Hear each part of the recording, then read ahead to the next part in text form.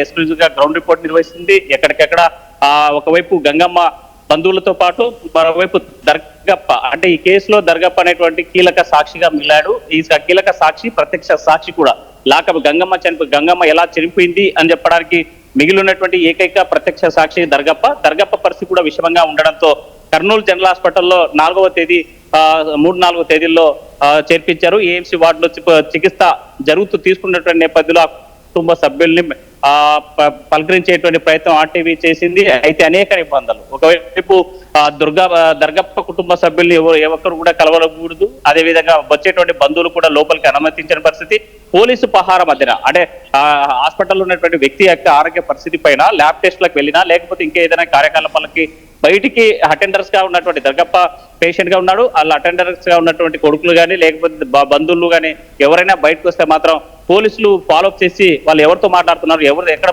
పోతున్నారు అనేది ఎప్పటికప్పుడు క్షుణ్ణంగా అబ్జర్వ్ చేసినటువంటి పరిస్థితి. ఈ కీలక పరిణామాలు జరుగుతున్నటువంటి నేపథ్యంలో అనురాగ్ రాజ్ అనేటువంటి ఒక వ్యక్తి హైకోర్టును ఆశ్రయించారు. అయితే అక్కడ పిల్లు ఏర్పాటు చేశారు. కర్నూలు జిల్లాలో కూడా లాకప్ జరిగింది. గంగమ్మ మరణం పైన అనేక అనుమానాలు ఉన్నాయి. దాని మీద పూర్తి స్థాయిగా విచారణ జరిపించాలి. దర్గప్ప ఆరోగ్య పరిస్థితి కూడా పూర్తి స్థాయి క్షీణించి ఉంది. తనకు సంబంధించినటువంటి పైన అంటే ప్రత్యక్ష సాక్షి ఉన్నాడు, అతని స్టేట్మెంట్ రికార్డు చేయాలని చెప్పేసి హైకోర్టులో పిల్లేసిన తర్వాత హైకోర్టు స్పందించింది.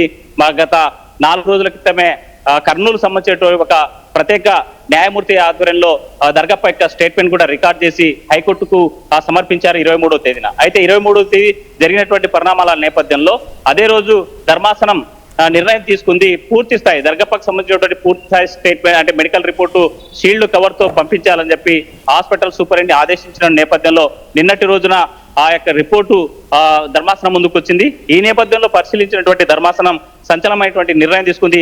15 రోజులు గడువు ఇచ్చి దీంట్లో జరిగినటువంటి నిజ నిజాలను తీర్చాలని చెప్పి ప్రధానంగా గంగమ్మకు సంబంధించినటువంటి పోస్ట్ మార్టం నివేదికను కోర్టు ముందు ఉంచాలని పోలీసులకు హైకోర్టు ఆదేశించింది. దీంతో పాటు వీరేంద్ర అదృశ్యం ఆ తర్వాత జరిగినటువంటి పరిణామాల మీద 15 రోజుల్లో స్టేటస్ రిపోర్ట్ ఇవ్వాలని హైకోర్టు జారీ చేసింది. గంగమ్మ కుమార్తెకు ప్రాణహాని ఉందన్న ఆందోళన నేపథ్యంలో ఆమెకు తక్షణమే ప్రత్యేకమైనటువంటి రక్షణ కల్పించాలనేసి ఆదేశించింది హైకోర్టు.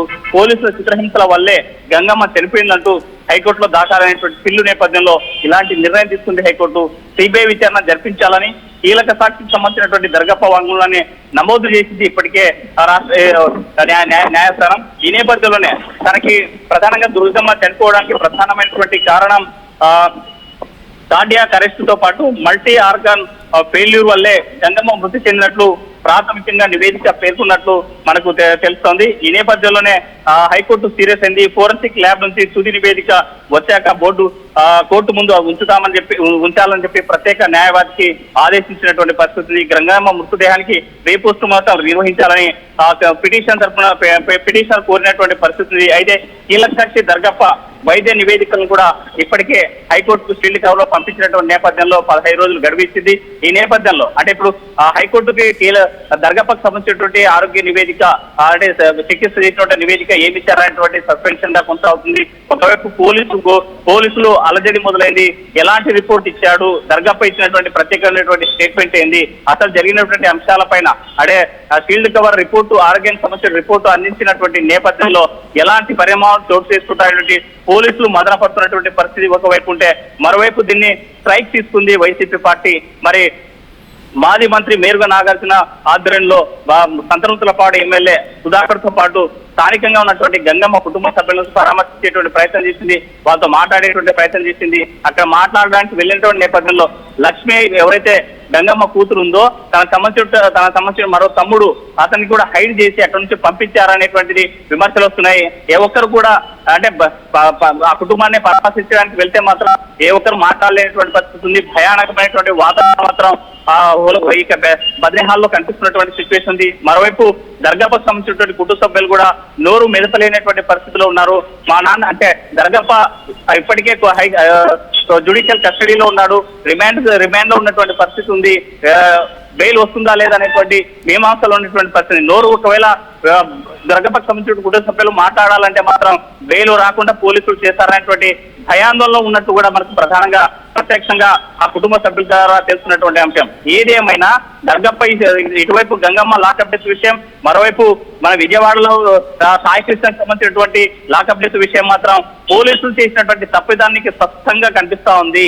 ఇక్కడ జరిగింది పోలీసులు విచారణ చేయాలి తప్ప ఒకవేళ నేరం రుజువు చేసి శిక్షించాలంటే మాత్రం కోర్టు పరిధిలో చట్ట పరిధిలో దాన్ని శిక్షలు వేయాలి తప్ప చట్టాన్ని తన చేతిలోకి తీసుకొని కొట్టి చంపడాన్ని వ్యతిరేకిస్తూ హెచ్ఆర్ఎఫ్ అంటే హ్యూమన్ రైట్స్ ఫోరం సంబంధించినటువంటి బృందం కూడా నిజ నిర్ధారణ బృందం నిన్నటి రోజున బద్నేహాల్ వెళ్ళింది. యూజీ శ్రీనివాసన్ అనేటువంటి ప్రముఖ న్యాయవాది, మానవ హక్కుల కోసం పోరాడుతున్నటువంటి బృందం అంతా కూడా నిన్న పలకరించడానికి వెళ్ళినటువంటి నేపథ్యంలో మరి కనీస కుటుంబ సభ్యులు మాట్లాడలేనటువంటి స్థితి ఉందని చెప్పేటువంటి పరిస్థితి అయితే కనిపిస్తుంది. ఏదేమైనా కర్నూలు జిల్లాలో జరిగినటువంటి లాకప్ డెత్, గంగమ్మది లాకప్ డెత్ అనారోగ్యంతో చనిపోయిందా, కార్డియాక్ అరెస్ట్ తో పాటు మల్టీ ఆర్గానిక్ ఫెయిల్ కావడంలే చెప్పిందని ప్రాథమికంగా పోలీసులు చెప్తున్నటువంటి రిపోర్ట్ లో నిజముందా అనేటువంటిది మాత్రం 15 రోజుల్లో పూర్తిస్థాయి దర్యాప్తు చేయాలి, రీపోస్ట్ మార్టం నిర్వహించాలని చెప్పి ఇప్పటికే పిటిషన్ తరఫున హైకోర్టు పిటిషన్ తరఫున వ్యక్తి హైకోర్టును కోరేటువంటి నేపథ్యంలో ఎలాంటి నిర్ణయం తీసుకుపోతున్నారంటే మాత్రం చర్చ జరుగుతుంది. మరోవైపు ఈ కేసును సిట్ ద్వారా కాదు సిబిఐ ద్వారా ఎంక్వైరీ చేయాలని, ఒకవైపు గంగమ్మ కేసు కావచ్చు, మరోవైపు సాయి కృష్ణకు సంబంధించినటువంటి లాకప్ డెత్ కేసు కావచ్చు, ఈ రెండు కేసుల్లో కూడా సిట్టు మీద ఎవరికి కూడా నమ్మకం లేదు.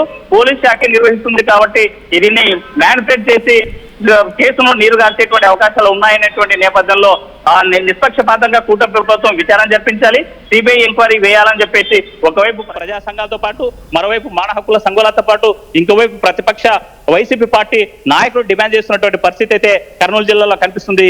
Kalyan. Right Hussain, thanks for the latest update. మొత్తం మీద గంగమ్మ చనిపోయిందంటూ హైకోర్టులో పిల్లు వేశారు. గంగమ్మని పోలీసులే చిత్రహింసలు పెట్టి చనిపోయింది, సిబిఐ విచారణ జరిపించాలి, అలాగే కీలక సాక్షి దుర్గప్ప స్టేట్మెంట్ని నమోదు చేయాలంటూ పిటిషనర్ విజ్ఞప్తి చేశారు. మొత్తం మీద దీనిపైన హైకోర్టు ఎలా రియాక్ట్ అవ్వబోతుంది, మరోపక్కన సిట్ని ఏర్పరిస్తే సిట్టు పైన ఎలాంటి నమ్మకాలు లేవు అంటూ కూడా గంగమ్మ తరఫున వాదిస్తున్న లాయర్ మాట్లాడుకొస్తున్న విషయాలు. మొత్తం మీద గంగమ్మ కొడుకు మొదట కనిపించకుండా పోయాడు, ఒక మిస్సింగ్ కేసుని దాఖలు చేశారు. తర్వాత హైకోర్టుని ఆశ్రయించి హెబియస్ కార్పస్ కేసుని ఫైల్ చేసిన తర్వాత గంగమ్మ కొడుకుని హాజరుపరచాలన్నారు. దాని తర్వాత గంగమ్మని తీసుకొని గంగమ్మ విచారణ చేశారు. గంగమ్మని ఆ సమయంలోనే మరి గంగమ్మకి చిత్రహింసలు పెట్టి గంగమ్మని చంపేశారంటూ న్యాయవాది వాదిస్తున్నారు. మరోపక్కన ప్రభుత్వం తరఫున మాట్లాడే న్యాయవాది మాత్రం ఖచ్చితంగా లేదు, గంగమ్మ తన ఆరోగ్య పరిస్థితి సరిగ్గా లేకపోవడం, అలాగే organ failure multiple organ failure వల్ల గంగమ్మ చనిపోయిందంటూ ప్రభుత్వం తరఫున ఉన్న లాయర్ చెప్పుకొస్తున్నారు. సో మొత్తం మీద ఈ కేసుకి సంబంధించి మీ అభిప్రాయాలు ఏంటి? పోలీసులు రక్షక భటుల బదులు రాక్షసుల్లాగా మారిపోతున్నారని మీరు భావిస్తున్నారా? మరోపక్కన సాయి కృష్ణకు సంబంధించిన కేసులో కూడా ఇలానే పోలీసులు ప్రవర్తించారా అన్న అనుమానాలు అయితే వ్యక్తపరుస్తున్నారు. దీనికి సంబంధించి మీ అభిప్రాయాలు ఏంటనేది